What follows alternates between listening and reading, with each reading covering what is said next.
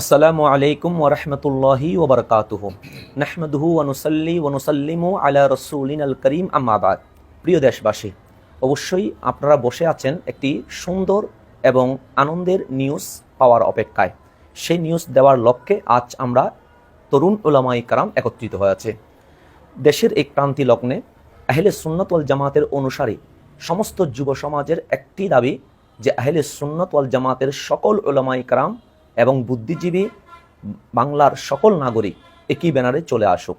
সেই কার্যকে সামনে রেখে আমরা তরুণ উলামায়ে কেরাম যদিও বা ভিন্ন ভিন্ন খাতে থাকলেও আমরা এক ব্যানারে চলে এসেছি এবং আমরা তরুণ সমাজ আমাদের আকাবির হযরত উলামায়ে কেরামের দরবারে এবং বিভিন্ন দরগা তথা আওলাদ পাক যারা আছেন পীর মাশায়েখ ওনাদের কাছেও আমরা গিয়েছি এবং আরও যাওয়ার প্রসেস আমাদের বাকি রয়েছে।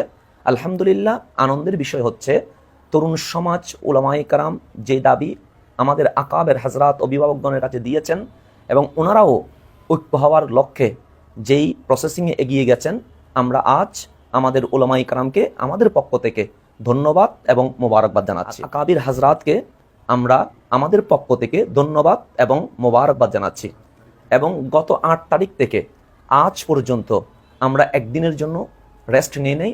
সকাল থেকে রাত পর্যন্ত আমরা রাজনৈতিক অরাজনৈতিক আমাদের মাননীয় নেতৃবৃন্দ এবং উলামায়ে কেরাম পীর মাশায়েখ ওনাদের ঘরের দুয়ারে দুয়ারে গিয়েছে।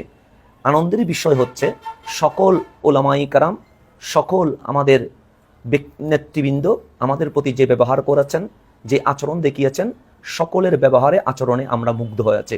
তাই 8 তারিখ থেকে আজ পর্যন্ত আমরা যাদের কাছে যেতে পেরেছি গিয়েছি, যাদের কাছে যেতে পারিনি ইনশাআল্লাহ আমরা ওনাদের কাছেও চলে যাব।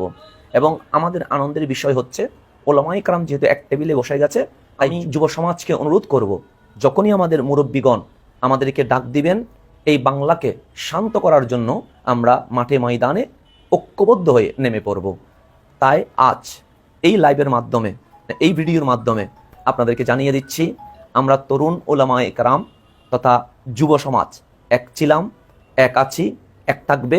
আমাদের মধ্যে কোনো হিংসা নাই, বিদ্বেষ নাই। আমাদের এই পথ চলা আল্লাহ এবং রসুলের সন্তুষ্টির জন্য এবং আকীদায়ে আহলে সুন্নাত ওয়াল জামাত তথা আহলে সুন্নাত ওয়াল জামাতের মতাদর্শ প্রচার প্রসার করে একজন মানুষকে সঠিক মুসলিম হওয়ার দাওয়াতি কাজে আমরা সব সময় মাঠে থাকবো ইনশাআল্লাহ। আপনাদের দোয়া প্রত্যাশায় এখানেই শেষ করছি। আসসালামু আলাইকুম ওয়া রাহমাতুল্লাহ।